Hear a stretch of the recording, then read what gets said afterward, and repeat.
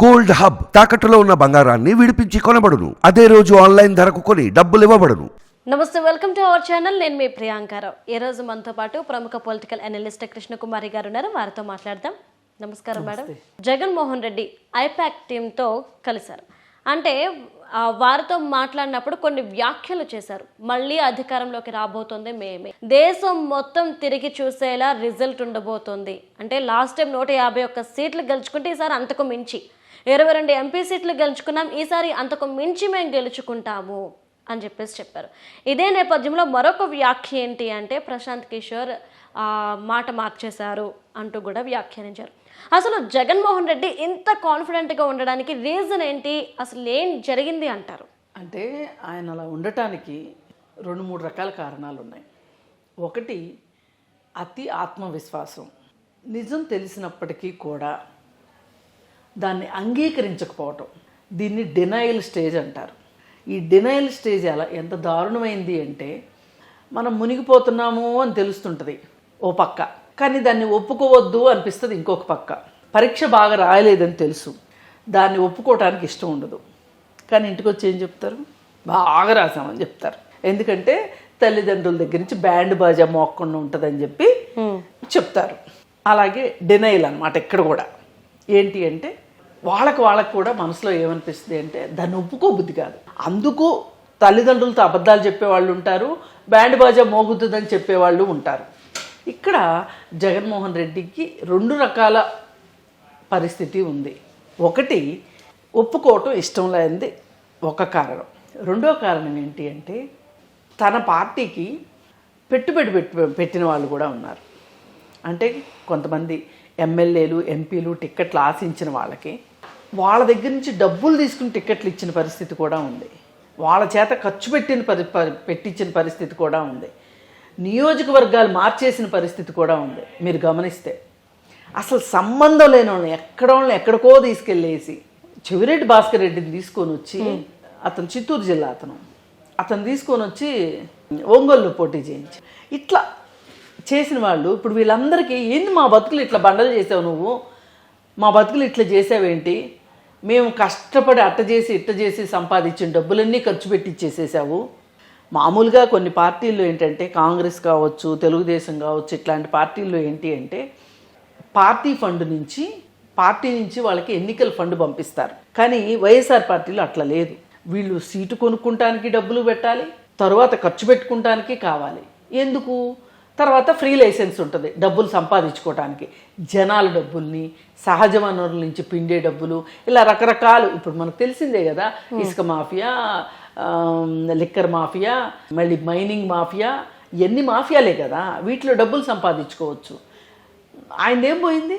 ఆయనది కాదుగా. పాత రోజుల్లో ఎవరో అన్నారంట, నాది కాకపోతే ఢిల్లీ కాశీ దాకా దేకు అని చెప్తాడు. అట్లా చెప్పాడు కదా. వాళ్ళందరిలో తిరుగుబాటు ఎక్కడొస్తుందో. ఇప్పుడు రేపు జూన్ 4వ తారీఖు వరకు దీన్ని ఈ విధంగా కాపాడుకోవాలి. పైగా ఇతను ఇలా చెప్పబట్టే గొడవలు జరుగుతున్నాయి ఇంకా కొన్ని చోట్ల. మనం అది గమనిస్తున్నాం కదా. కార్యకర్తల ఆత్మవిశ్వాసం ఎక్కడ దెబ్బతినకుండా ఉండాలి అంటే మనం బాగున్నాము, ఫీల్ గుడ్ ఫ్యాక్ట్ చూపించాలి. మనం వీఆర్ షైనింగ్. ఒకప్పుడు పాత రోజుల్లో కూడా పాలిటిక్స్లో ఈ డైలాగులు ఉండేవి. దేశం వెలిగిపోతుంది, ఏమీ వెలిగిపోలా, కానీ మనం వెలుగుతుంది అని మనల్ని ఒప్పించాలనే ప్రయత్నం అనమాట. అలాంటిది ఇక్కడ కూడా మనం బాగున్నాం, మనమే గెలుస్తున్నాం. కార్యకర్తల్లోనూ కొంతమంది నాయకుల్లోనూ ధైర్యాన్ని నింపటం కోసం. లేదు అంటే వీళ్ళల్లో గనక ధైర్యం సడలింది అంటే ఎదురు పార్టీ వాళ్ళు మేమే గెలుస్తున్నాము అనే ఉద్దేశంతో వాళ్ళు ఎక్కడ వీళ్ళని కుక్కలను కొట్టినట్టు కొడతారో, బస్ స్టాండ్లో కుక్కలను కొట్టినట్టు కొడతారు. వీళ్ళు చేసిన అరాచకాలు మామూలు కాదు కదా. ఎలక్షన్ రోజు కూడా ఎన్ని అరాచకాలు చేశారు వాళ్ళు. ఎలక్షన్ అయిన తర్వాత కూడా అరాచకాలు చేశారు. సాక్షాత్తు ఈసీని ఎక్స్ప్లెనేషన్ అడిగింది. ఏంటి గొడవలు, ఏంటి, ఎందుకు ఇట్లా జరుగుతున్నాయి, ఏంటి, దీని మీద మాకు ఆన్సర్ చెయ్యండి అని చెప్పి. అంటే ఆ పరిస్థితి ఇలా ఉంది కదా, దీన్ని ఇలా ఉంచాలి కొన్నాళ్ళ పాటు. అది జగన్మోహన్ రెడ్డి ఉద్దేశం.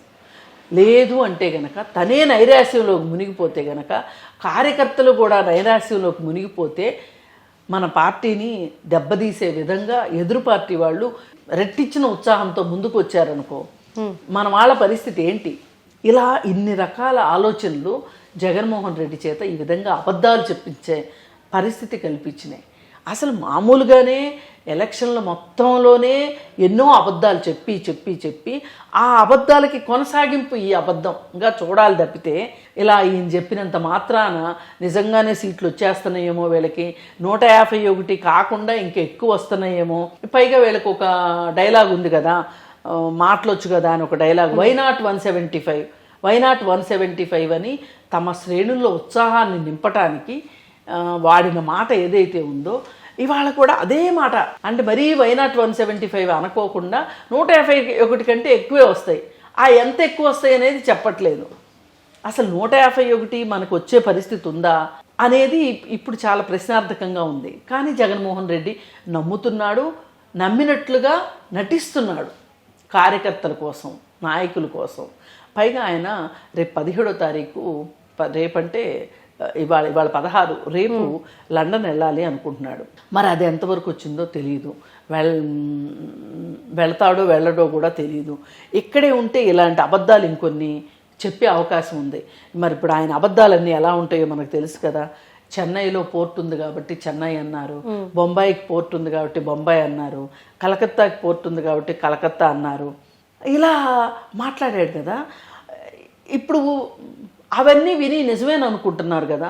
ల్యాండ్ టైటిలింగ్ యాక్ట్ అంటే అని మొదలెట్టి ల్యాండ్కి టైటిల్ ఇస్తారు, అదే ల్యాండ్ టైటిలింగ్ యాక్ట్ అన్నాడు సింపుల్గా. అంటే ఎంత అలవోకగా చెప్పేస్తాడంటే అది నిజంగా తనకి తెలియక అంటాడా, తెలిసి అంటాడా, మనము అయోమయంలోనికి గురవుతాం.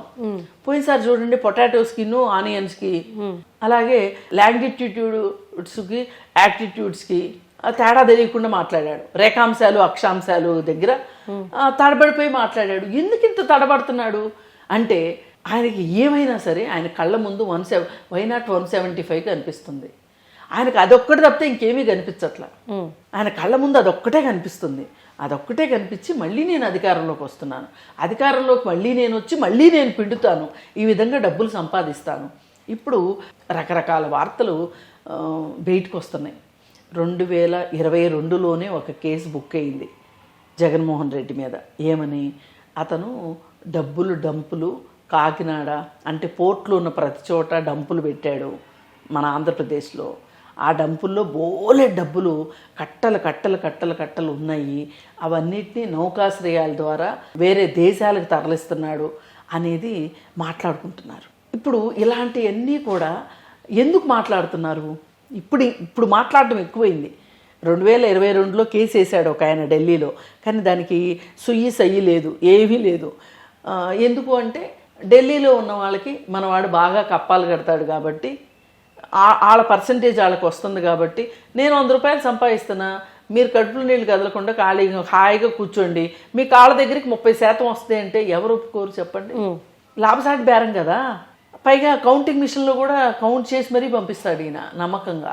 ఆ 30% వాళ్ళనైతే మోసం చేయడు, ఎవరినైనా మోసం చేస్తాడు. కానీ మరి అందుకే వాళ్ళు కూడా ఏమి యాక్షన్ తీసుకోలే.